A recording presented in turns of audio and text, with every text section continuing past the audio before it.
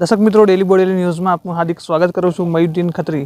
દર્શક મિત્રો, છોટા ઉદેપુર જિલ્લાના કવાંટ તાલુકાના પીપલદી ગામે એક હત્યાનો બનાવ બનતા સમગ્ર પંથકમાં ભારે ચકચાર મચી જવા પામ્યો છે.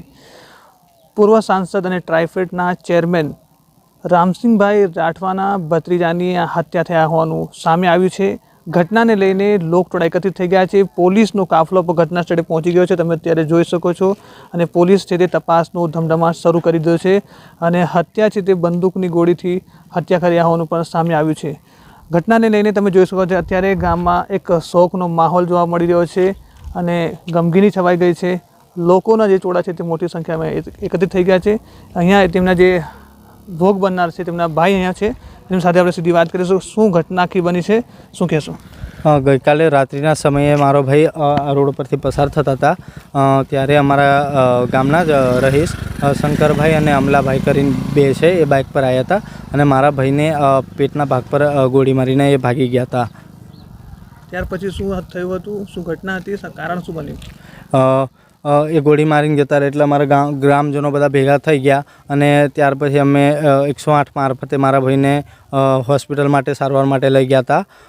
અને ત્યાર પછી અમે પોલીસ સ્ટેશને જઈને એના વિરુદ્ધમાં એફઆઈઆર નોંધાઈ. શું કારણ હતું? એ 2-3 વર્ષ પહેલાં જે સરપંચની ચૂંટણી હતી એમાં સભ્યપદ પર એ શંકરભાઈ ઊભા રહ્યા હતા અને એ હારી ગયા હતા. તો અમારા ઘરે આવીને મારા ભાઈને 2-3 વાર ધમકી આપીને ગયા હતા કે કોઈ દિવસ તને મારી નાખીશ, જીવા નહીં દઉં એમ. બરાબર. અત્યારે શંકા એમની પર છે? હા, એ હતા શંકરભાઈ અને અમલાભાઈ, 2 જણ. અત્યારે પોલીસ દ્વારા તપાસ ચાલી રહી છે, શું કહેશો?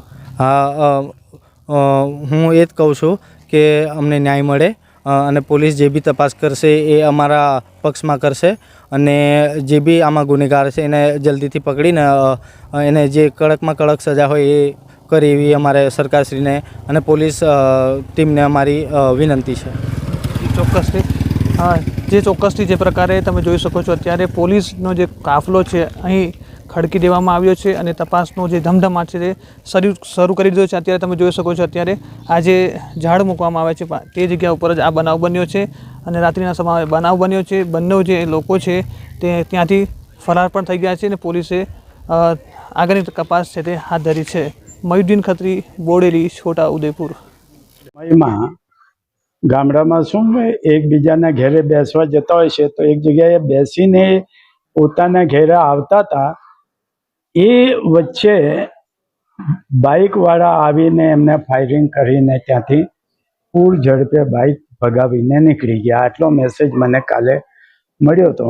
શંકર રાઠવા કરીને અમારા જ ગામનો એ એક્સ આર્મી મેન તરીકે કામ કરતો હતો અને હમણાં ઘણા સમયથી રિટાયરમેન્ટ લઈ લીધું ને એને ચૂંટણી પણ લડવી હતી. ત્યારે હું જે એમને કહેતો હતો કે તમે જે કામ કરો છો એ સારું છે, આમાં શા માટે આવો?